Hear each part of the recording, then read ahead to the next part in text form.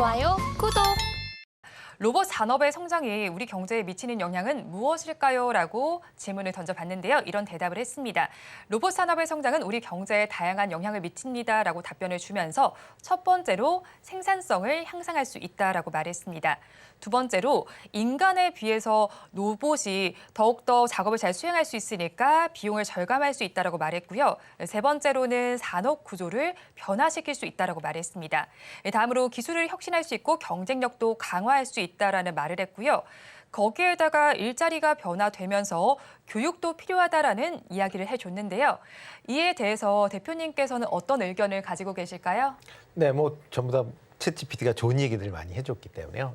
일단 산업 구조가 좀 많이 바뀔 가능성은 좀 있다라고 보시면 될 것 같습니다. 특히 기존에 그러니까 인간이 많이 했었던 일 자체가 로봇으로 이제 변경되는 그런 이제 상황이 이제 도래가 될 것이다라고 보시면 될 것 같고요.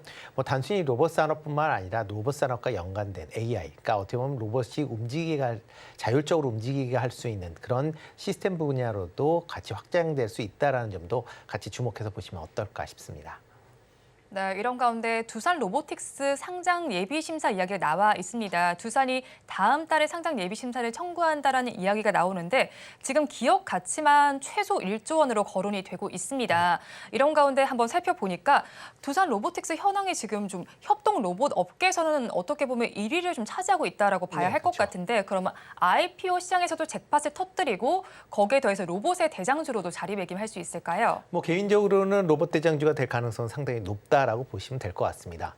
현재 그 협동 로봇 관련돼서는 매출 기준으로 본다라고 하게 되면 글로벌 탑5 안에 들어가는 그런 회사다라고 지금 평가를 받고 있는 그런 상황이다라고 보면 드론 상장이 된다라고 하게 되면 레인보우 로보틱스에 비해서 매출 기준으로는 한 3배 정도 더 큽니다. 물론 이제 레인보우 로보틱스 같은 경우는 지금 흑자를 소폭이지만 흑자를 기록하는 데 비해서 두산 로보틱스 같은 경우 작년에 적자를 기록을 했습니다. 그러니까 그런 흑자와 적자 간의 그런 부분인 물론 있겠지만 전체적으로 레인보우 로보틱스 수준의 시가총액은 갖지 않을까라는 개인적인 생각을 해보고 있고요. 최근 이제 오늘 같은 경우 레인보우 로보틱스가 지금 시가총액이 2조 2천억 정도 수준을 유지하기 때문에 두산 로보틱스도 상장이 된다라고 하게 되면 그 정도까지는 올라갈 가능성은 충분히 있다라고 생각이 되고 있습니다. 두산 로보틱스 같은 경우 지금 6월 달에 상장 준비를 시작을 한다라고 하게 되면 아마 10월 정도에 상장 예비 심사가 이제 마무리가 될 걸로 예상이 되고 있고요. 그러다 보면 11월이나 12월 중에 상장 청약을 받을 것이고 그렇게 되면 빠르면 연내에 상장이 가능하지 않을까라는 생각을 해보고 있습니다. 네, 두산 로보틱스 같은 경우에는 레인보우 로보틱스 정도 이상의 또 가치를 인정받을 수 있다라고 말씀을 해주셨는데요. IPO 이대로 진행이 된다면 연내에 상장을 할 수도 있을 것으로 보입니다. 이와 관련해서 두산도 한번 살펴봐야 할 것 같은데요. 지주사격인데 IPO를 지금 두산 밥켓 이후로는 7년 만에 진행을 하는 건데요. 관심을 또 많이 받고 있고 또 두산과 관련해서 관심이 쏠리고 있는 상황 속에서 오늘 주가도 잘 가고 있었는데요. 실적도 최근에 살펴보면 그렇게 나쁘지는 않은 것으로 흘러가고는 있습니다.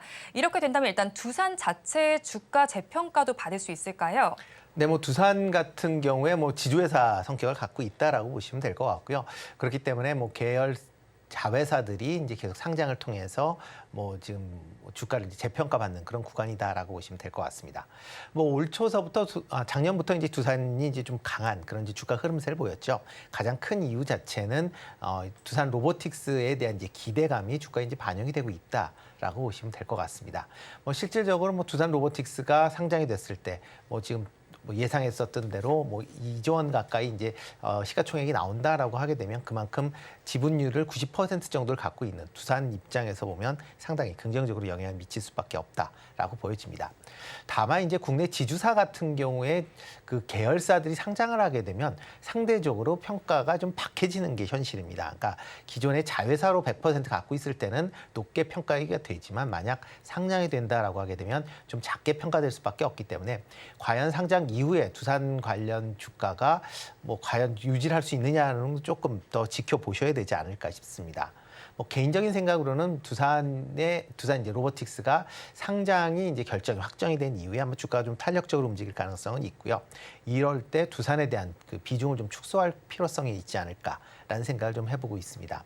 특히 이제 로봇 관련주에 관심이 있으신 분들은 뭐 두산을 투자하시기보다는 뭐 그때 이제 정리를 하셔서 두산 로보틱스로 그러니까 좀 교체 매매를 하시는 게 어떨까라는 개인적인 생각을 해보고 있습니다.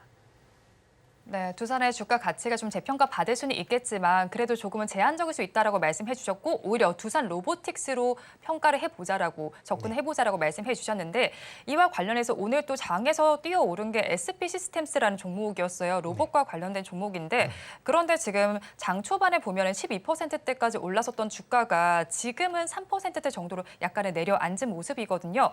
이와 관련해서 로봇주가 또 재편이 될 수 있을지 앞으로 또 어떤 기대주가 있을지 한번 어떻게 보고 계실까요? 네, 일단 뭐 로봇 관련주 쪽으로는 뭐 계속 지금 최근 올 들어 계속 시장에서 관심을 받는 그런 이제 섹터다라고 보시면 될 것 같습니다.